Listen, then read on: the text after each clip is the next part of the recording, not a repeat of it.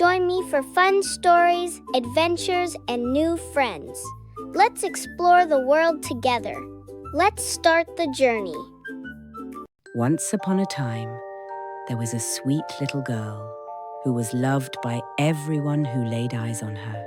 But the one who loved her the most was her grandmother, who could never decide on a gift grand enough for her dear granddaughter. One day, she gave the little girl a beautiful red velvet cap. And because it suited her so well, the girl became known to everyone as Little Red Riding Hood. Then one morning, her mother said, "Little Red Riding Hood, take this piece of cake and a bottle of juice to your grandmother. She's not feeling well, and this will do her good. Remember to stay on the path and be careful."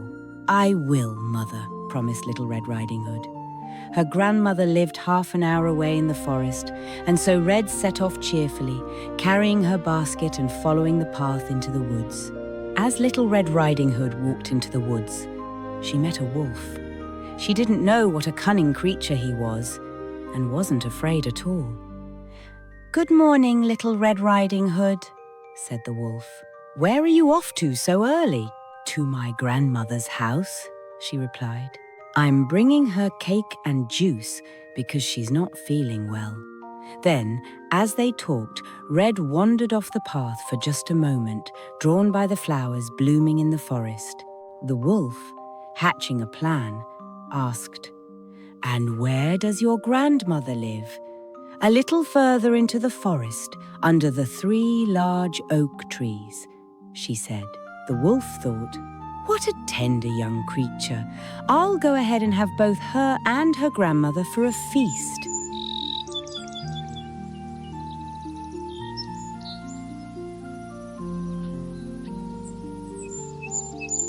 Little Red Riding Hood finally made her way to Grandma's house, but something didn't feel quite right inside.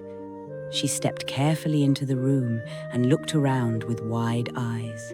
When Red entered the room, the wolf had tucked himself tightly under the blanket so she wouldn't recognize him, and said in a soft voice, "Put the cake and butter down, dear, and come lie next to me. You must be tired from your journey."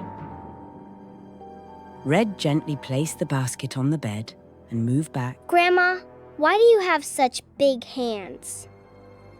"To hold you tight, my dear."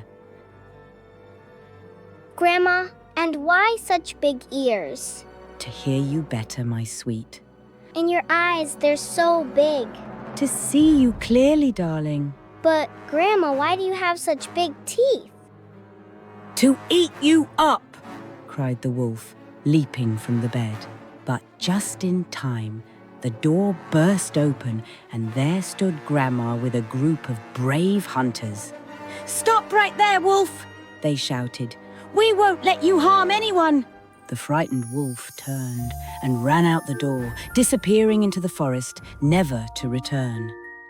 Red hugged her grandmother tightly, and everyone was safe and happy again. From that day on, Little Red Riding Hood promised herself she would always stay on the path and listen to her mother. And they all lived happily ever after. The